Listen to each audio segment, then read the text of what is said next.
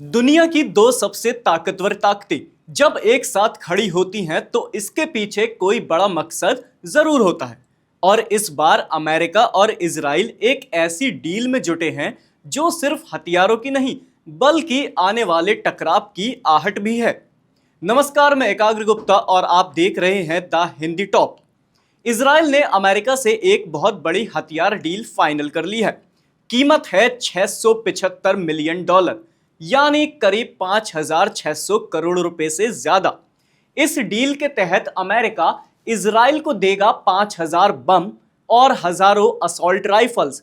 अब आप सोच रहे होंगे कि इतने बम और इतनी राइफलें किसके लिए खरीदी जा रही हैं? तो इसका सीधा जवाब है ईरान।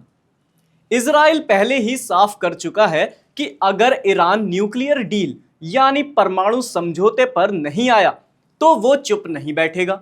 उसने धमकी दी है कि अगर अगस्त तक ईरान ने बात नहीं मानी तो वो एक तरफा हमला करेगा, यानी बिना अमेरिका या किसी की परवाह किए ईरान के खिलाफ युद्ध छेड़ सकता है।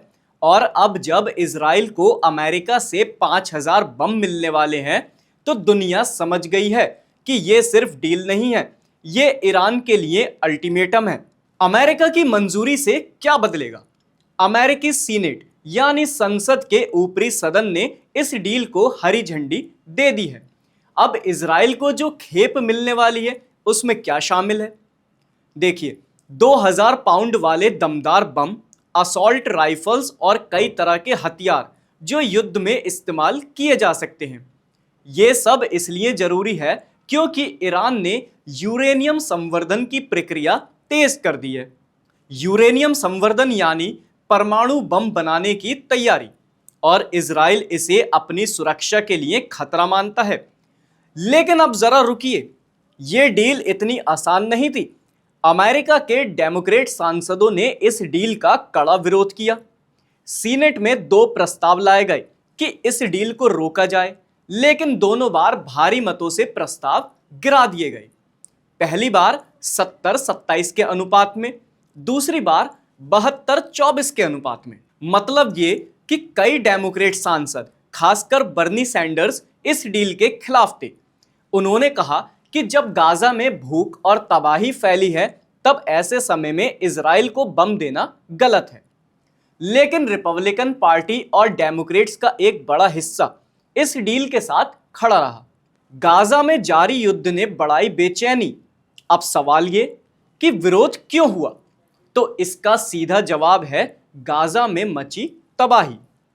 इजराइल की कार्रवाई के चलते गाजा में हजारों लोग भूखे हैं, अस्पताल बंद हैं और जनजीवन पूरी तरह से तबाह हो चुका है।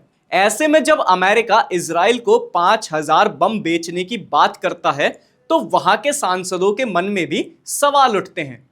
और वो सवाल क्या हम सही कर रहे हैं? तो फिर मंजूरी कैसे मिल गई? अब आपको जानकर हैरानी होगी कि विरोध के बावजूद ये डील पास हो गई, क्योंकि अमेरिका के बड़े नेता चॉक शुमर, कोरी बुकर जैसे नामी डेमोक्रेट भी इस डील के पक्ष में थे।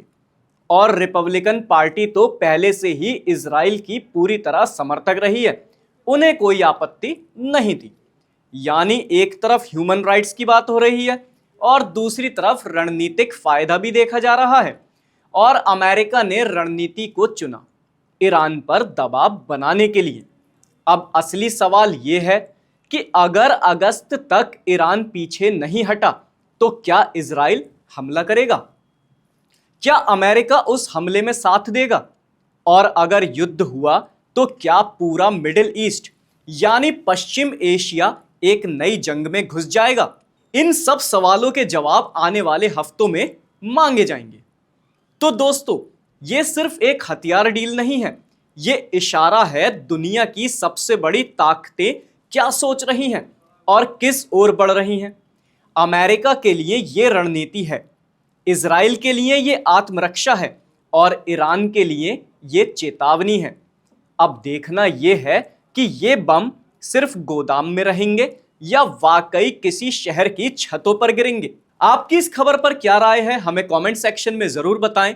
इसके साथ ही हमारे चैनल द हिंदी टॉप को सब्सक्राइब करें और आप हमें फेसबुक, एक्स और इंस्टाग्राम पर भी फॉलो कर सकते हैं।